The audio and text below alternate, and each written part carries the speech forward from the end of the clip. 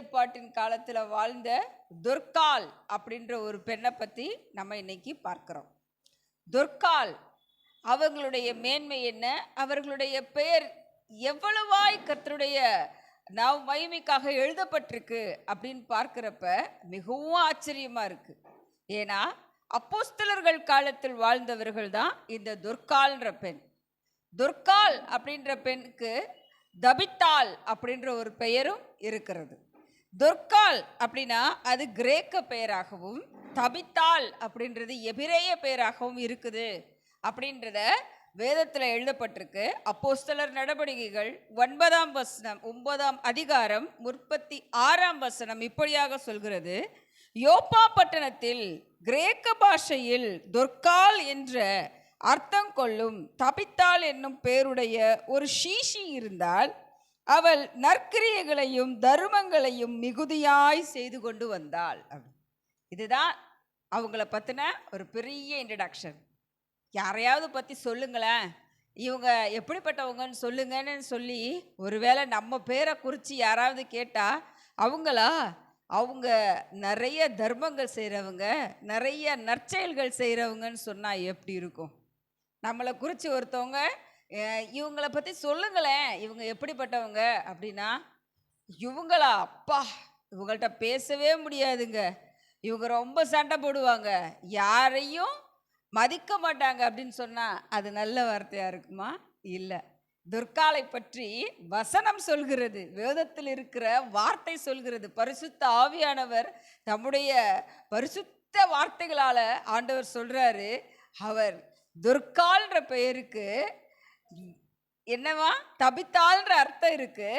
அவங்க ஒரு சீஷியாக இருந்தார்கள்னு சொல்லியிருக்கு. நாம் எல்லோரும் எப்பயுமே என்ன சொல்லுவோம், நம்மளை விசுவாசின்னு சொல்லிக்கிறதுக்கு ரொம்ப சந்தோஷப்படுவோம் இல்லையா? ஏன்னா கர்த்தரை விசுவாசிக்கிற விசுவாசமே பெரிய விஷயம். நம்பிக்கை நமக்கு ஜெயத்தை கொடுக்கிறது. ஆனால் துர்காலை பற்றி ஒரு அடையாளம் இருக்கிறது, சீசி அப்படின்னு சொல்லி. புதிய ஏற்பாட்டின் காலத்தில் சீசின்ற பட்டத்தை இந்த துர்காலுக்குத்தான் கொடுக்கப்பட்டிருக்கு முதலாக அப்படின்னு சொல்லி பெருமையாக சொல்ல முடியுது. உண்மையிலே துர்கால்ன்ற பெயர் மிகவும் ஒரு வேதத்தில் எழுதப்பட்ட பெயர்கள்லையே ரொம்ப பெரிய மேன்மை உள்ளதுன்னு நான் நினைக்கிறேன். ஏன்னா அவங்களுடைய அடையாளம் இப்படியாக இருக்கிறது, அவர்கள் தர்மங்களையும் நற்காரியங்களையும் செய்து கொண்டு வந்தாங்கன்னு சொல்லி. நற்காரியங்களாக அவங்க என்ன செய்திருக்கிறாங்க அப்படின்னா, அங்கே இருக்கிற விதவை பெண்களுக்கும் ஏழை பெண்களுக்கும் தன்னால் இயன்ற தனக்கு தெரிந்த தையல் கலை மூலமாக என்ன செய்கிறாங்களாம், உடுப்பு தச்சு கொடுக்குறாங்களாம். அதன் மூலமாக அவங்கள நேசித்திருக்கிறாங்க. இயேசுவின் அன்பை அவர்களுக்கு காண்பித்திருக்கிறாங்க. அவங்க பிரசங்கம் பண்ணதாகவோ, அவங்களுக்கெல்லாம் இப்படியெல்லாம் செய்யணும் அப்படிலாம் செய்யணும்னு புத்திமதி சொன்னதாகவோ இல்லை. வேதத்தில் அவங்க என்ன செஞ்சாங்களாம், கூட இருந்த மக்களை நேசிக்கிறத எப்படி காண்பித்திருக்கிறாங்க, தனக்கு தெரிந்த தையல் வேலையின் மூலமாக அவர்களுக்கு உடுப்பு தச்சு கொடுத்து, ட்ரெஸ் தச்சு கொடுத்து என்ன செஞ்சுருக்கிறாங்க, அவங்கள ஆதரிச்சிருக்கிறாங்க. இது எங்கே சொல்லப்படுது அப்படின்னா, அதுக்கு அடுத்து துர்காலுக்கு ஏதோ அவங்களுக்கு என்ன உடம்பு முடியாமல் போனதுன்னு தெரியலை, ஆனால் அவங்க என்ன செஞ்சிடுறாங்க, இறந்து போயிடுறாங்க. அது துர்கால்ன்ற அந்த பெண் இறந்து போனதை பேதுரு, நம்மளுடைய பிரதான சீசர் இல்லையா, அவருக்கு அறிவிக்கிறாங்க. அவர் லீத்தா பட்டணத்தில் இருக்கிறாருன்றதை தெரிஞ்சு அவங்க என்ன செய்கிறாங்க, அங்கே ஆட்களை அனுப்பி வைக்கிறாங்க. போய் பாருங்க, அங்கே துர்கால்ன்றவங்க இறந்து போயிட்டாங்கன்ற தகவலை போய் சொல்லிட்டு வாங்க அப்படின்னு சொல்லி 2 பேரை என்ன செய்கிறாங்க, இந்த துர்கால் இருந்த இடத்தில் இருந்து பேதுரு இருந்த இடத்திற்கு ஆள் அனுப்பி வைக்கிறாங்க. இப்போ உள்ளது போல் அப்போ தொடர்பு கொள்றதுக்கு ஃபோனோ அல்லது வேற எந்த ஒரு மீடியாவும் இல்லை. அதனால இவங்க என்ன செய்கிறாங்க, ஆட்களை அனுப்பி சொல்கிறாங்க. அப்போ சொன்ன உடனே பேதுரு என்ன செய்கிறாரு, அவங்கள பற்றி கேள்விப்பட்டு அங்கே வரார். துர்கால் இருந்த அந்த வீட்டிற்கு வரார். எல்லாரும் அவங்கள மேல் வீட்டில் வைத்திருக்கிறாங்க. குளிப்பாட்டி நல்ல ட்ரெஸ் எல்லாம் மாற்றி என்ன செஞ்சாச்சு, கடத்தியாச்சு அவங்கள. இப்போ எல்லாரும் அழுது கொண்டு இருக்கிறாங்க. பேதுருவை பார்த்த உடனே அழுது புலம்புகிறார்கள். ஐயோ, இந்த அம்மா எங்களுக்கு எவ்வளோ சப்போர்ட்டாக இருந்தாங்க, எப்படி ட்ரெஸ் எல்லாம் எங்களுக்கு தச்சு கொடுத்தாங்க, நல்ல சீசி அவங்க. ஆனால் அவங்க என்ன செஞ்சிட்டாங்க, இப்போ கர்த்தருக்குள்ள மறிச்சிட்டாங்களே அப்படின்னு சொல்லி அழுகிறப்ப பேதுரு என்ன சொல்றாராம், எல்லாரும் வெளியே போங்க அப்படின்னு சொல்றாரு.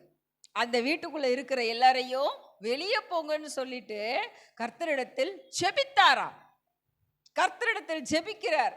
ஆண்டவரே, இந்த மனுஷி இப்படிப்பட்டவங்களா இருக்கிறாங்களே, அவங்க இவ்வளவு சீக்கிரமா சாகலாமா அப்படின்னு சொல்லி ஜெபிச்சிருப்பாரு இல்லையா? ஜெபித்த பிறகு துர்காலை திரும்பி பார்த்து, துர்காலே எழுந்திரு அப்படின்னு ஒரு வார்த்தை சொல்றாரு. சொன்ன உடனே என்ன செஞ்சிட்டாங்க, அந்த அம்மா, இறந்து போன அந்த அம்மா உயிரோடு எழுந்துட்டாங்க. எவ்வளோ பெரிய மேன்மை! அந்த வசனங்களை வாசிக்கிறப்ப எனக்கு, ஒரு அம்மா இறந்து போயிட்டாங்க, ஆனா அந்த அம்மாவுடைய நற்காரியங்களையும் தர்மங்களையும் பார்த்து ஒரு சீஷன், பிரதான சீஷன் வந்து கர்த்தரிடத்தில் ஜெபித்து அவர்களை மறுபடியுமாக உயிரோடு எழுப்பினார் அப்படின்னு. லாசருவை குறித்து பார்க்கிறப்ப கூட லாசருவுக்கு என்ன அடையாளம்? ஒரு மரியாளுக்கும் மார்த்தாளுக்கும் சகோதரனாய் இருந்தார், ஏசப்பாவுக்கு நண்பராய் இருந்தார். இவ்வளவுதான் அவரை குறித்த அடையாளம். ஆனா அவரையும் ஆண்டவர் உயிரோடு எழுப்பினார்னு சொல்லி நம்ம பார்த்தோம். இன்னைக்கு சொல்றாங்க, துர்கால்ன்றவங்களுக்கு பெரிய அடையாளம் நற்கிரியைகளையும் தர்மங்களையும் செய்த ஒரு தாயை உயிரோடு எழுப்பின அடையாளம்.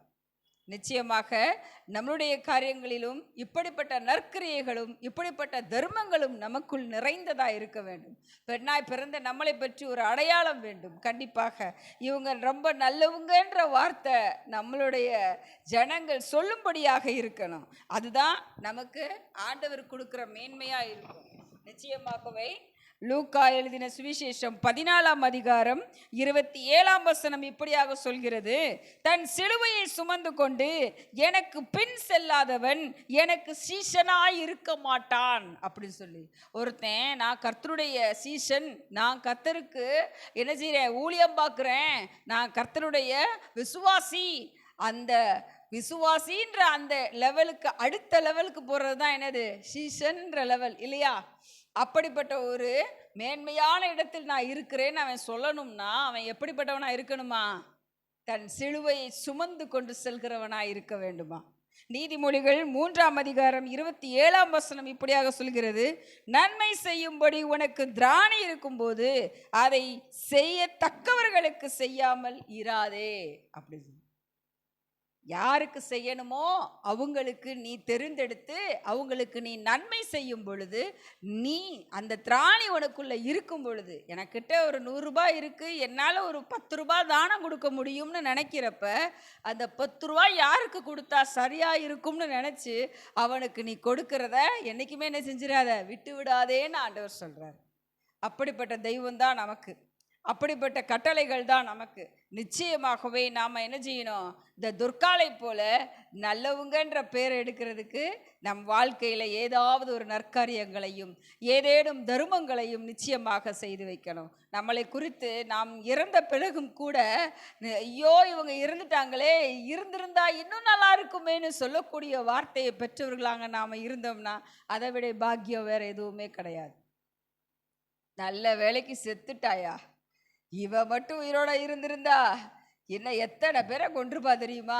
இந்த வார்த்தையை நம்ம வாங்க வேண்டிய அவசியம் இல்லை. ஏன்னா நம்ம கர்த்தருடைய பிள்ளைங்க, மற்றவர்களுக்கு நாம் உதாரணமாக இருக்க வேண்டும், மற்றவர்களுக்கு நற்காரியங்களை செய்கிறவர்களாக நாம் வாழ வேண்டும். அதற்காக நாம் ஜெபிக்க வேண்டும், அதற்காகவே நாம் வாழ வேண்டும். நாம் நம்மளுடைய கிறிஸ்துவ வாழ்க்கையை அப்படியாக காத்துக்கொள்ள வேண்டும்.